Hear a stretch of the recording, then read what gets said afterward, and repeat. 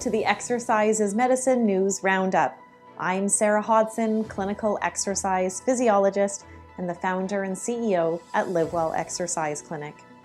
According to a survey from Ledger Marketing, 59% of Canadians are feeling optimistic as we start to come out of this global pandemic.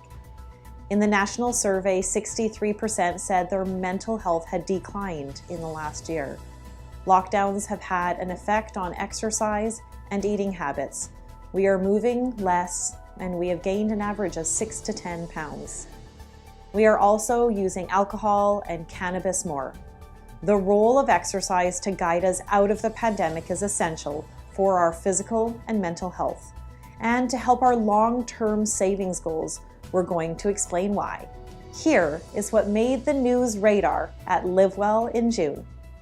Multiple chronic health conditions can lead to depression and anxiety.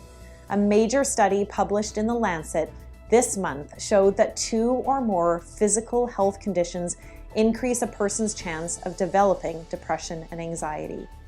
This was a large-scale study that showed that people with underlying health conditions are more likely to suffer from depression and anxiety.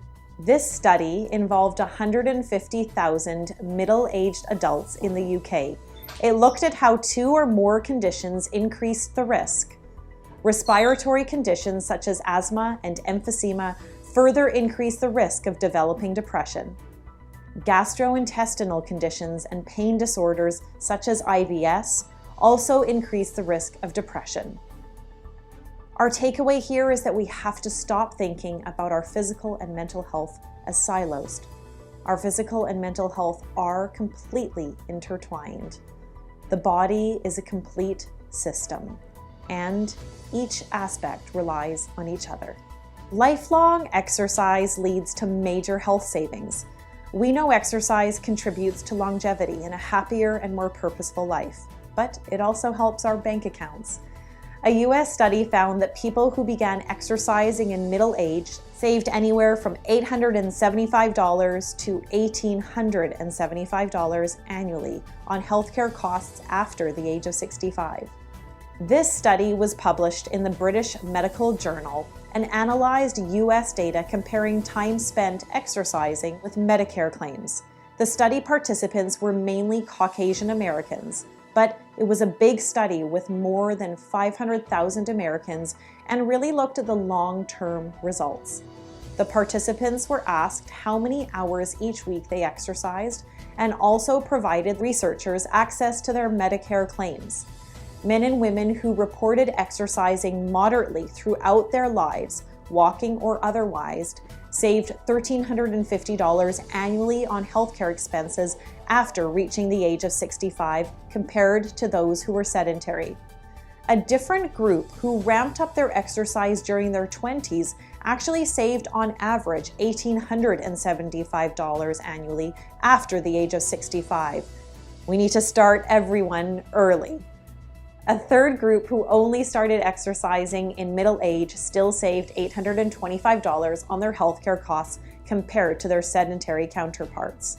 So it's never too late to exercise, and having external drivers such as cost savings on health bills could actually inspire your patients. But we need to start early. Prevention is important. And exercise in the heat. British Columbia has set record high temperatures in June. A group of exercise scientists and researchers released a report prior to the Tokyo Olympics on exercising in heat.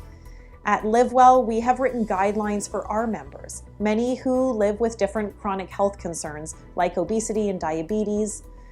But we know that our body sweats to cool down. But when it is hot and humid, sweat cannot evaporate, making it harder to keep our core temperature down.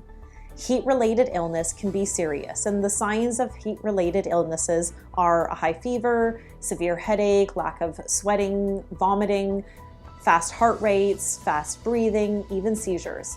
Caffeine and alcohol can accelerate dehydration. When there is extreme heat, be cautious about the caffeine and alcohol intake before and after exercise.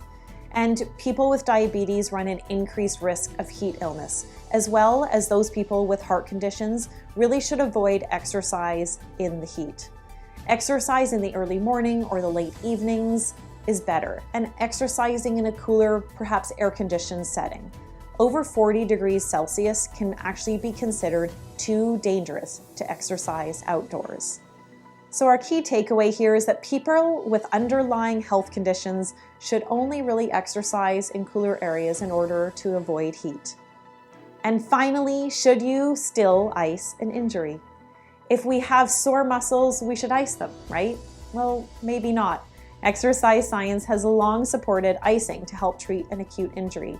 But new research suggests that this might be outdated and might not actually help an injury.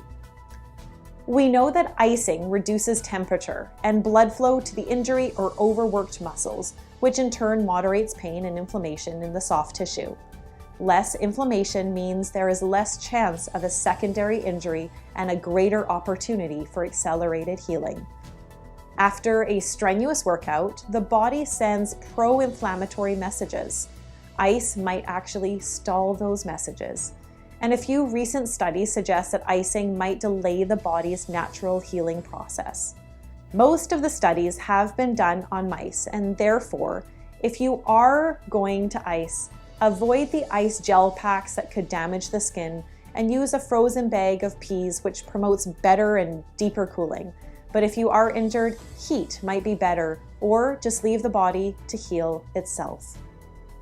That's this month's Exercise is Medicine News Roundup. Again, I'm Sarah Hodson, and I will see you next month.